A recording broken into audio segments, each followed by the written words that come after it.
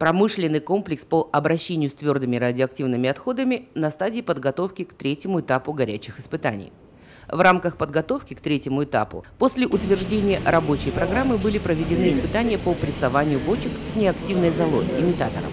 Работы по испытанию проводились следующим образом. В 3 подготовленные 165-литровые бочки в качестве заменителя радиоактивной золы поместили продукты горения, полученные в результате сжигания древесного топлива на пиролизной установке. Нерадиоактивная зола по своим физическим характеристикам и агрегатному состоянию похожа на золу, которую получают в результате кондиционирования РАО на установке сжигания. Сами работы по прессованию бочек прошли в 2 этапа. Первый – прессование имитаторов без применения каких-либо средств, позволяющих исключить или минимизировать выход золы за его пределы. Второй – прессование имитаторов с применением изолирующего вкладыша. При выполнении как первого, так и второго этапа испытаний выход золы во внутренние полости пресса не установлено.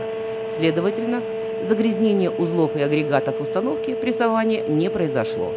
По итогам испытаний можно сделать заключение, что проводить операции прессования золы можно без применения дополнительных фильтров или предварительной иммобилизации золы, а значит без внесения изменений в основной технологический процесс. Стоит отметить, что одна из важных задач перехода к третьему этапу горячих испытаний на ПКО ТРО – это изучение радионуклидного состава твердых РАО, находящихся в легких отсеках хранилища твердых радиоактивных отходов.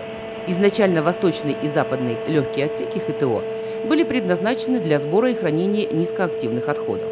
Прием радиоактивных отходов в легкие отсеки проходил с 1978 по 1988 год. До консервации отсеков на хранение было принято около 1000 кубометров отходов.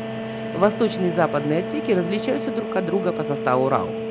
Особенность восточного отсека в том, что в нем находятся радиоактивные отходы, которые образовались в процессе доаварийной эксплуатации энергоблоков ЧС. Отсек был заполнен и законсервирован до аварии 1986 года.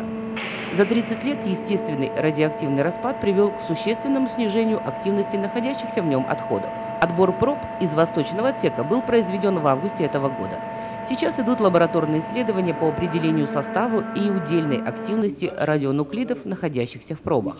Эта трудоемкая и технически сложная работа уже выполнена на 70%.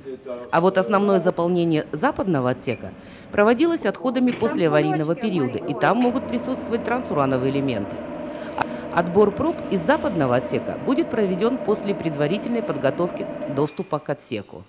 Так как при консервации этот отсек был залит бетонной стяжкой, сперва необходимо разрушить, фрагментировать и удалить бетонные фрагменты из отсека.